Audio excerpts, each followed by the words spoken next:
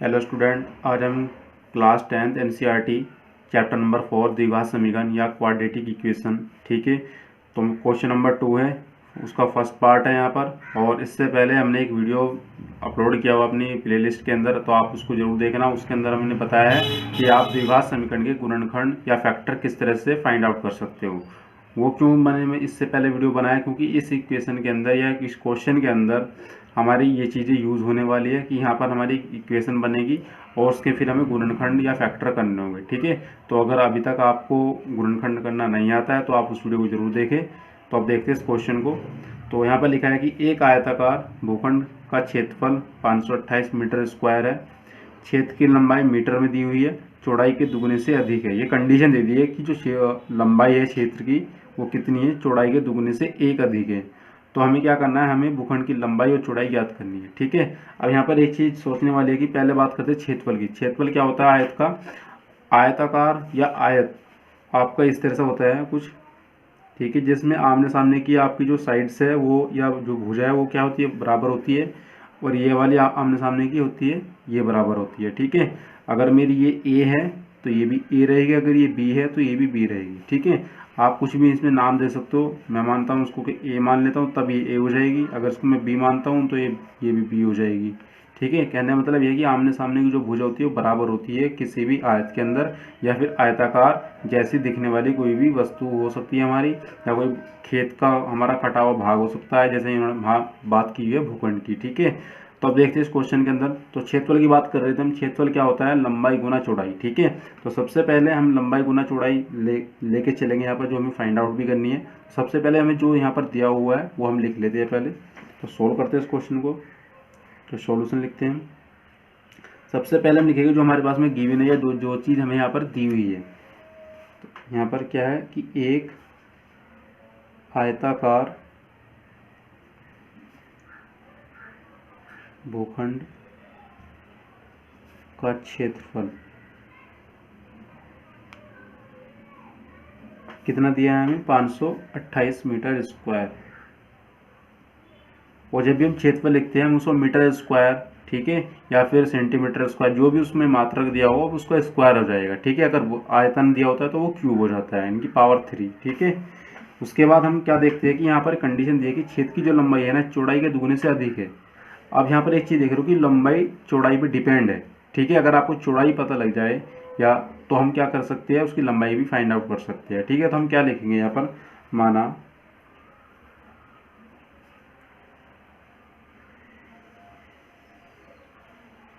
आयताकार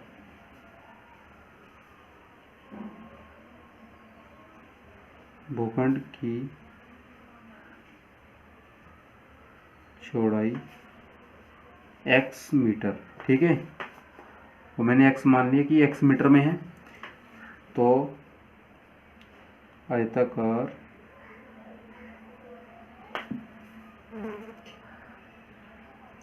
भूखंड की लंबाई मेरे पास हो जाएगी कंडीशन के अकॉर्डिंग कितना है, दुगने से, यानी कि इसका दुगना करके एक अधिक है, यानी कि चौड़ाई का दुगना करके उससे एक अधिक है, यानी कि 2x + 1 मीटर। ठीक है, अब हमें चौड़ाई मिल चुकी है और उसकी लंबाई मिल चुकी है। ठीक है, अब हमें पता है कि आयताकार जो चीज़ें होती है तो उसका हम अगर क्षेत्रफल निकालते हैं तो उसका क्षेत्रफल क्या होता है, लंबाई गुना चौड़ाई। ठीक है, तो यहाँ पर हम क्या लिखेंगे, क्षेत्रफल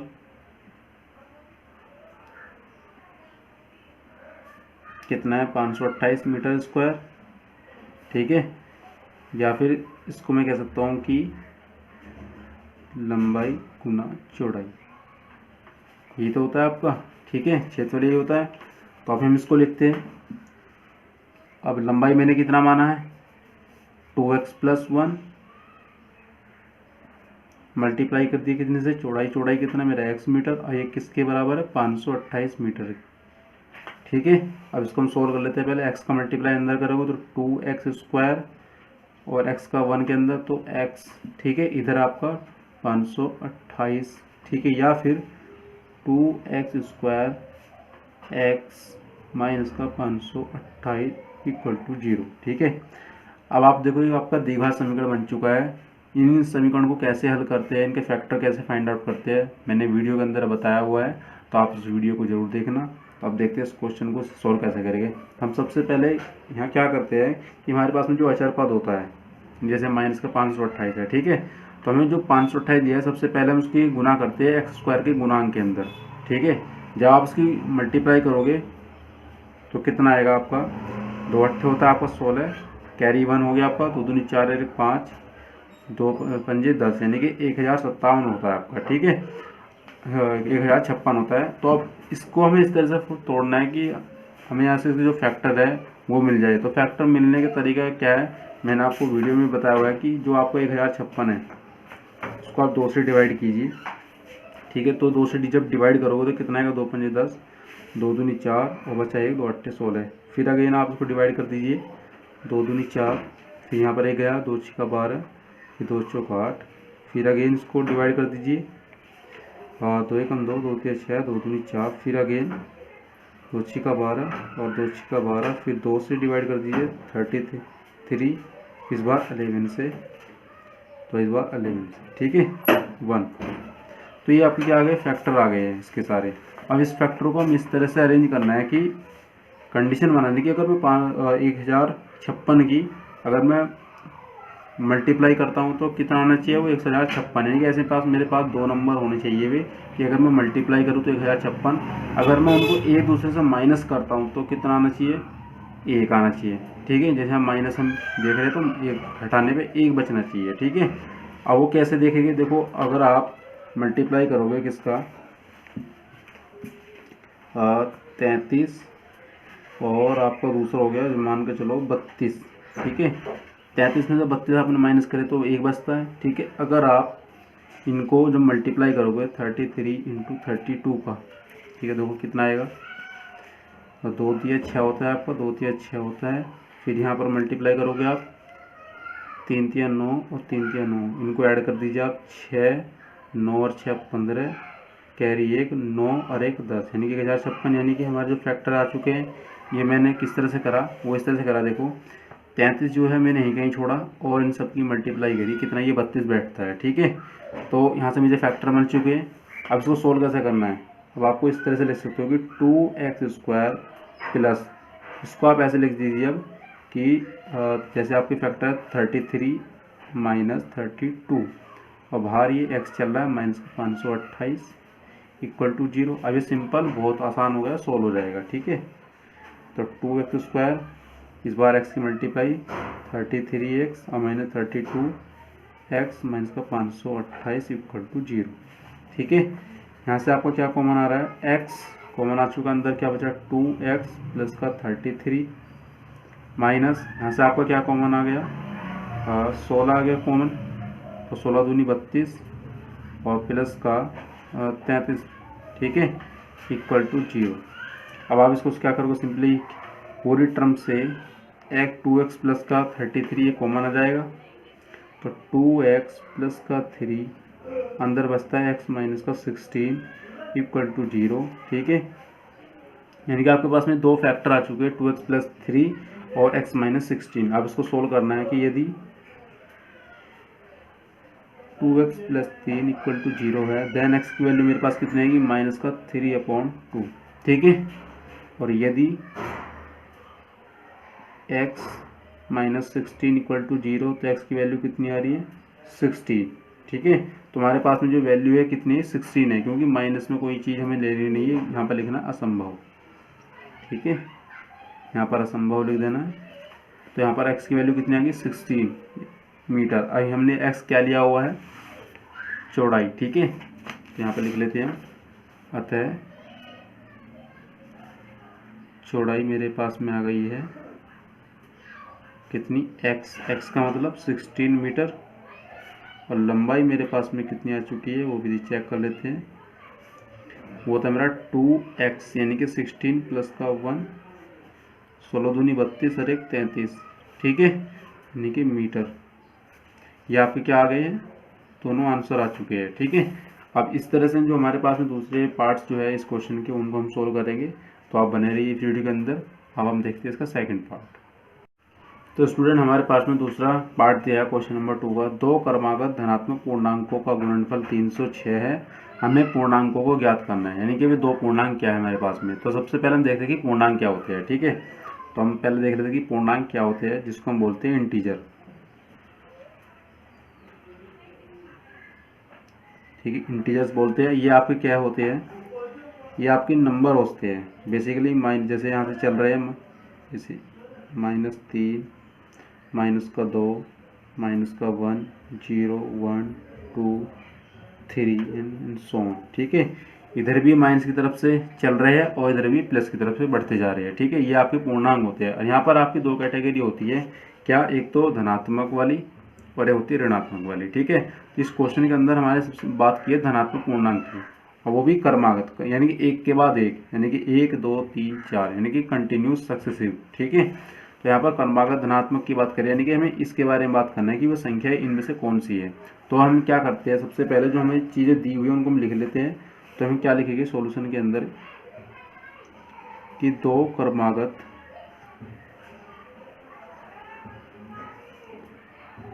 धनात्मक पूर्णांकों का गुणनफल कितना दिया है क्वेश्चन के अंदर हमें, 306। तो हमने 306 लिख लिया, ये गिवन हमें। ठीक है, अब हम क्या लेते हैं कि यहाँ पर हमें जो पूर्णांक है धनात्मक, वो हमें पता नहीं है कि क्या है। तो हम क्या करेंगे उस कंडीशन में, हम लिखेंगे कि माना पहला धनात्मक पूर्णांक x। ठीक है, मैंने पहला क्या मान लिया x, और दूसरा क्या होगा, जैसे एक, यानी कि हर नंबर के अंदर एक ऐड होगा। ठीक है, जैसे 1, 2, 3, 4, 5। ठीक है, तो ऐसे भी यहाँ पर क्रमागत का मतलब ये होता है कि एक के बाद एक। तो यहाँ पर हमने पहला लिया x, तो दूसरा कितना हो जाएगा, x प्लस का 1। ठीक है, तब दूसरा धनात्मक पूर्णांक x प्लस 1। ठीक है, x प्लस 1 हो गया। अब हम जो कंडीशन देखिए उनका गुणनफल कितना है, 306। तब प्रश्नानुसार ठीक है, क्या कहा है, x गुना x प्लस 1 बराबर कितना है, 306 के। ठीक है, क्योंकि इनका मल्टीप्लाई हो रहा है आपस में, तो x का मल्टीप्लाई अंदर करो तो x स्क्वायर, इसका मल्टीप्लाई अपने 1 में किया तो x इक्वल टू 306, या फिर x स्क्वायर, यहाँ पे इम्प्लाइज दैट लगाना। ठीक है, x और माइनस का 306। देन आप यहाँ पर वही चीज़ अप्लाई करोगे, फैक्टर करने वाला रूल। ठीक है, क्या करोगे, सबसे पहले 306 की एक्स स्क्वायर के कोफिशिएंट में मल्टीप्लाई, फिर उसको हम फैक्टर करेंगे कि हमारे पास में फैक्टर क्या है, और फिर हम चेक करेंगे उसको माइनस करने पे एक बचना चाहिए। ठीक है, तो यहाँ पर मुझे डायरेक्टली इसके फैक्टर पता है, जैसे 18 और 17 यहाँ पर फैक्टर है। ठीक है, मैं दिखा देता हूँ आपको, 18 और 17 जब मल्टीप्लाई करोगे तो ये आना चाहिए। ठीक है, देखो आप 7 8 होता है कितना, 56, कैरी 5 हो गया आपका, 7 एकम 7 और 5 12, और ये आपका कितना हो गया, 18। अब इनको ऐड करो 6, और ये हो गया आपका 8 और 2 10, और 3, एक और एक 2 और एक कैरी। ठीक है, 306। आ जाओ आप 18 में 17 को माइनस करोगे तो एक ही बचेगा। ठीक है, तो मेरे पास में ऑलरेडी क्या है, फैक्टर है। तो मैं लिख सकता हूँ कि x square 18 minus 17 into x minus का 306 इक्वल टू 0। तो एक्स स्क्वायर प्लस इसके अंदर मल्टीप्लाई 18x 17x माइनस का 306 इक्वल टू 0, या फिर यहाँ से x कॉमन आ रहा है, देखो x कॉमन निकाला, x प्लस का 18, और यहाँ से आपका कितना कॉमन आ गया, 17। तो x प्लस का 18 इक्वल टू 0। ठीक है, अब आप पूरे से कॉमन ले लोगे, x प्लस का 18, अंदर बचता है आपका x माइनस का 17 इक्वल टू 0, या फिर यदि x प्लस का 18 इक्वल टू 0 है, then x equal to minus का 18, यहाँ पर लिख दोगे असंभव या फिर इम्पॉसिबल। ठीक है, ये असंभव होगी चीज़। दूसरी कंडीशन क्या है, यदि x माइनस का 17 इक्वल टू 0 है, देन x की वैल्यू कितनी है, 17, यानी कि हमारे पास में x की वैल्यू कितनी आ रही है, 17 आ रही है, 17 आ गई है। ठीक है, अब हमने क्या लिया था कि जो हमारे पास में पहला पूर्णांक क्या था, x था। ठीक है। तब पहला धनात्मक पूर्णांक कितना हो गया हमारे पास में 17, दूसरा धनात्मक पूर्णांक यानी कि x+1 यानी कि 17 + 1 = 18। ठीक है, तुम्हारे पास में दोनों पूर्णांक आ चुके हैं यानी कि 17 और 18 है हमारे पास में। ठीक है, अब हम देखेंगे थर्ड पार्ट। तो स्टूडेंट हमारे पास में थर्ड पार्ट है क्वेश्चन नंबर 2 का। क्वेश्चन दिया है कि आपका रोहन की माँ उससे 26 वर्ष बड़ी है, उनकी आयु वर्षों में दी है का गुणनफल अब से 3 वर्ष पश्चात या बाद 360 हो जाएगी या हो जाएगा, हमें रोहन की वर्तमान आयु ज्ञात करनी है। ठीक है, यानी कि यहाँ पर देखो एक बात बोली है कि 3 वर्ष पश्चात, यानी कि अगर जो आयु चल रही है तो उसके 3 बाद अगर हम बाद में जाओगे तो प्लस होगी। ठीक है, अगर इस टाइम मेरी आयु मानकर चलता हूँ मेरी 5 वर्ष है तो अब से 2 साल पहले मेरी क्या थी, यानी कि हम क्या करेंगे माइनस कर देंगे वहाँ पर। अगर मैं 2 साल की बात करता हूँ तो मैं क्या करूँ उसमें 2 ऐड कर दूंगा। ठीक है, तो ये चीज़ हमें थोड़ी याद रखनी है, और जो वर्तमान की चीज़ होती है वो वर्तमान में चलती रहती है। ठीक है, अगर हम बाद में बात करेंगे तो हम वो ऐड होगी, और उससे पहले की बात करेंगे वर्तमान से तो वो माइनस होगी। ये ध्यान रखना, बस इस क्वेश्चन के अंदर यही कंसेप्ट है और कुछ नहीं है। ठीक है, तो हम सबसे पहले क्या करेंगे, देखो हमें रोहन की आयु फाइंड आउट करनी है जिसकी हमें आयु पता नहीं है। ठीक है, तो हम सॉल्यूशन लिखते हैं अब यहाँ पर। तो सबसे पहले क्या करेंगे, माना रोहन की वर्तमान आयु कितनी होगी, x वर्ष। कि मैंने मान लिया कि जो उसकी आयु है कितनी है वर्तमान में x वर्ष है, तब रोहन की माँ की आयु, रोहन की माँ की आयु कितनी हो जाएगी, 26 वर्ष बढ़ी है, यानी कि इसमें ऐड हो जाएगा इसी में, तो x + 26 वर्ष। ठीक है, अब हम क्या करेंगे 3 वर्ष बाद की कंडीशन लगाएंगे, 3 वर्ष पश्चात रोहन की आयु,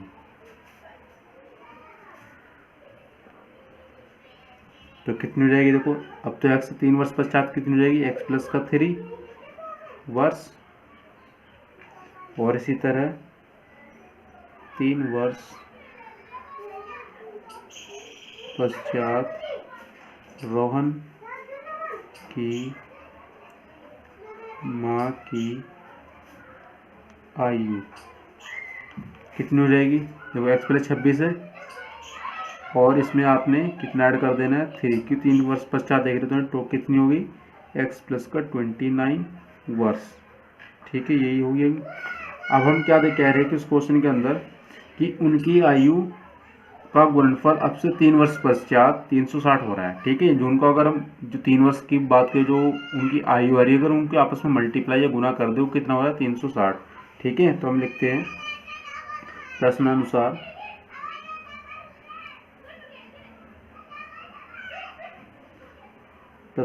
क्या कह रहा है कि दोनों की आयु का गुणनफल है, तो कितना दिया है 360 है, जब हम उनकी मल्टीप्लाई कर रहे हैं आपस में गुना कर रहे हैं किस किस की, x + 29 की और x + 3, तो बराबर किसकी हो रही है 360 के। ठीक है, अब यहाँ सिंपली आपको पहले मल्टीप्लाई करनी है x की x में x², x की 3 में 3x, 29 की x में तो 29x, और 29 की 3 में करोगे तो आप क्या आएगा 87 = 360। ठीक है, इसको सोल्व सिंप्लीफाई करना है, और तो x² इसमें इसको ऐड कर दीजिए 32x, ये आपका हो जाएगा 87 माइनस का 360 = 0, या फिर x² 32x माइनस यहाँ पर आपको बचेगा 273, जब आप माइनस करोगे 273 आएगा। ठीक है, फैक्टर्स के मुझे पता है ऑलरेडी, तो मैं यहाँ पर डायरेक्ट की वैल्यू लिखूँगा। ठीक है, तो यहाँ पर 39 में से जब आप 7 को माइनस करोगे तो 32 बचेगा, और जब आप इनका मल्टीप्लाई करोगे तो आएगा कितना 273। ठीक है,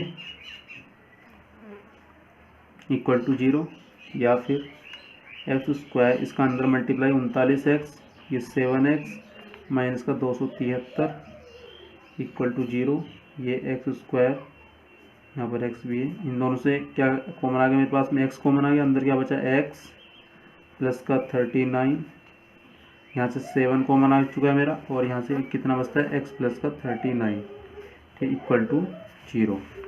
इस पूरे से मेरा क्या कॉमन आ रहा है इस टाइम, एक्स प्लस का 39 और अंदर बचता है एक्स माइनस का 7 इक्वल टू 0। अब मैं लिखूँ इफ़ या यदि एक्स प्लस 39 इक्वल टू कितना है 0, देन एक्स की वैल्यू कितनी हो जाएगी माइनस का 39, जो कि क्या है इम्पॉसिबल, ठीक है। उसके बाद दूसरा पार्ट यहाँ पर दिया है, यदि एक्स माइनस का 7 इक्वल टू 0, देन एक्स की वैल्यू कितनी 7, ठीक है। तो हम कह सकते हैं कि एक्स की वैल्यू मेरे पास में कितनी है 7, और एक्स मेरे पास में क्या था, वर्तमान में रोहन की आयु थी, ठीक है। तो मैं क्या लिख सकता हूँ, अतः रोहन की वर्तमान आयु कितनी हो जाएगी मेरे पास में, एक्स का मतलब 7 वर्ष, और उसकी माँ की हम निकाल सकते हैं, अगर माँ की भी निकालना चाहे तो रोहन की माँ की आयु, एक्स की वैल्यू मेरे पास 7 और प्लस का 26, इनको ऐड कर दीजिए आप, 6 6 12 13 यानी कि 33 वर्ष, ठीक है। बस हमें यहाँ पर जो पूछा गया है रोहन की वर्तमान आयु पूछा है, ठीक है। तो यहाँ पर हमारा क्वेश्चन हो जाता है। अब हम देखेंगे इसका फोर्थ पार्ट। फ्रेंड्स, हमारे पास में फोर्थ पार्ट, एक रेलगाड़ी 480 किलोमीटर की दूरी समान चाल से तय करती है। यदि इसकी चाल 8 किलोमीटर प्रति घंटा कम होती तो वह उसी दूरी को तय करने में 3 घंटे अधिक लेती। हमें रेलगाड़ी की चाल ज्ञात करनी है, ठीक है। तो सबसे पहले हमें यहाँ देखना है कि एक तो 480 किलोमीटर क्या है दूरी तय कर रही है समान चाल से, यानी कि ना तो चाल घट रही है ना ही बढ़ रही है, ठीक है, यानी कांस्टेंट हो गई आपकी वो। यहाँ पर दूसरी कंडीशन देखी, यदि इसकी चाल 8 किलोमीटर प्रति घंटा कम होती तो वह उसी दूरी को तय करने में 3 घंटे अधिक लेती, ठीक है। तो चाल देखते क्या आने वाली है हमारे पास, सॉल्यूशन लिखते हैं इसका।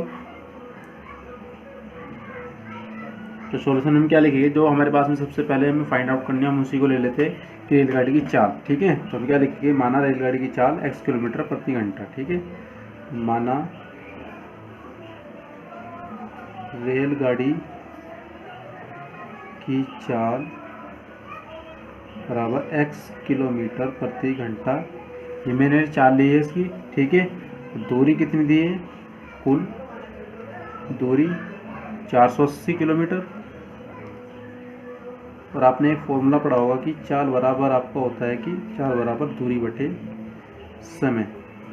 अगर मैं यहाँ से समय को फाइंड आउट करता हूँ तो समय कितना हो जाएगा आपका, यहाँ से दूरी बटे चाल, ठीक है। ये हमने फॉर्मूला बना लिया। अब हम क्या लिखेंगे, यदि यहाँ पे इसीलिए लिया गया समय, दूरी कितनी है आपकी 480 किलोमीटर, ठीक है। चाल आपकी x किलोमीटर, ठीक है। यानी कि ये हमें पता समय लग जाएगा कि इसमें समय कितना लग रहा है। हमें एग्जैक्ट समय नहीं पता कि समय कितना लग रहा है। अगर समय हमें तब पता लग सकता है कि जब हमारे पास में क्या होता है, x होता है, x का मतलब चाल होती है हमारे पास में, ठीक है। तो हमने अभी सिर्फ मान लिया ये चीज़ें कि समय इतना लग रहा है कि 40 बटे x किलोमीटर, ठीक है। पर यहाँ पर आपको किलोमीटर नहीं लगेगा, यहाँ पर घंटे मार चुका है, ठीक है। इतने आपके घंटे लग रहे हैं जो आपका समय लग रहा है इस टाइम, ठीक है।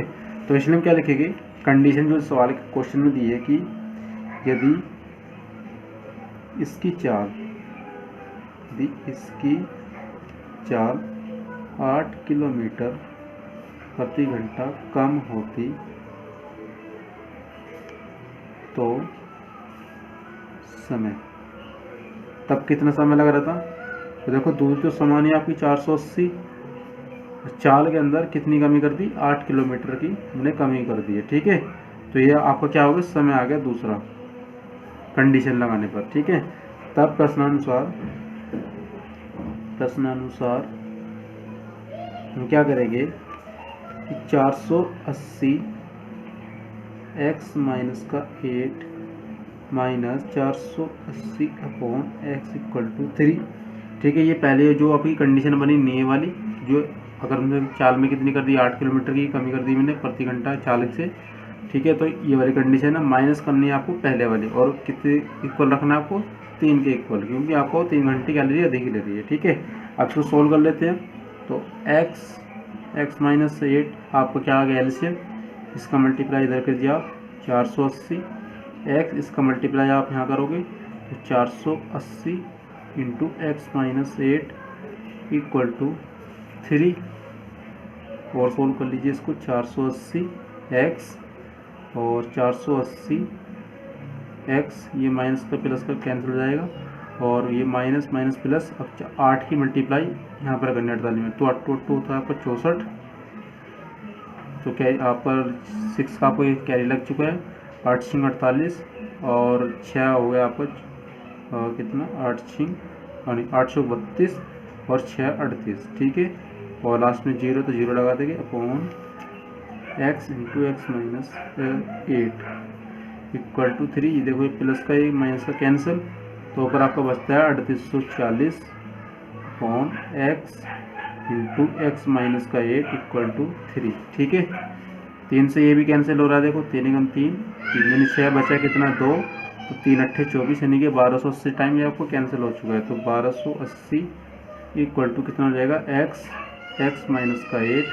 अब इसका आप मल्टीप्लाई कर लीजिए अंदर, तो 1280 इसका मल्टीप्लाई एक्स स्क्वायर 8x, ठीक है, या फिर एक्स स्क्वायर 8x और माइनस का 1280 इक्वल टू 0। ये आपका इक्वेशन बन चुका है। अब आपको इसको सोल्व करना है। अब आपको ये सोल्व किस तरह से करना है कि जो आपके 1280 है उनको अगर आप मल्टीप्लाई करो तो कितना चाहिए 1280, अगर आप जब सब्ट्रैक्ट करो या माइनस करो तो कितना आना चाहिए 8, ठीक है। तो मैंने से ये सब पहले सोल्व किया हुआ है, तो यहाँ पर आपके जो फैक्टर आएंगे 40 और 32 आएंगे, ठीक है। क्योंकि जब आप 40 की और 32 की जब मल्टीप्लाई करो तो कितना आएगा, ये 4 दूनी आपको कितना होता है 8 और 4 या 12, ठीक है। ये आपका आता है 1280, ठीक है। तो यानी कि अगर जब आप माइनस करोगे 40 में तो कितना बचता है 8 बचता है, यानी कि मेरे पास में जो फैक्टर आ गए क्या, एक्स स्क्वायर माइनस का 40 माइनस का 32 और इंटू एक्स माइनस का 1280 इक्वल टू 0, ठीक है। तो सोल्व कर लेते हैं हम आगे। और तो एक्स स्क्वायर 40 एक्स का मल्टीप्लाई कर दिया, ये माइनस यहाँ पर प्लस आ जाएगा, ये 32x और माइनस का 1280 इक्वल टू 0। यहाँ से कॉमन आपका x आ चुका है, तो x माइनस का 40, यहाँ से आपका 32 कॉमन, यहाँ पर बचता है x माइनस का 40, ठीक है, इक्वल टू 0। पूरी टर्म से आपका x माइनस 40 इस बार कॉमन आ चुका है, तो x माइनस 40 और x प्लस 32 अंदर आपका बचता है, ठीक है, इक्वल टू 0। यहाँ पर कंडीशन लगाइए, if x minus 40 equal to 0 then x की वैल्यू कितनी रहेगी 40, या फिर if x plus 32 equal to 0 then x की वैल्यू माइनस की 32, जो कि इम्पॉसिबल, ठीक है। यानी कि संभव होगी ये चीज़ आपकी, यानी कि जो हमारी वैल्यू क्या है x बराबर 40, ठीक है। और x क्या लिया है मैंने, रेलगाड़ी की चाल, अतः रेलगाड़ी की चाल कितनी हो जाएगी आपकी x किलोमीटर, यानी कि 40 किलोमीटर प्रति आवर, ठीक है। तो आपका ये क्वेश्चन सॉल्व हो चुका है। तो उम्मीद है आपको ये क्वेश्चन पसंद आए होंगे। अगर आपको ये वीडियो पसंद आए तो चैनल को सब्सक्राइब जरूर करो और वीडियो को आगे शेयर जरूर करो।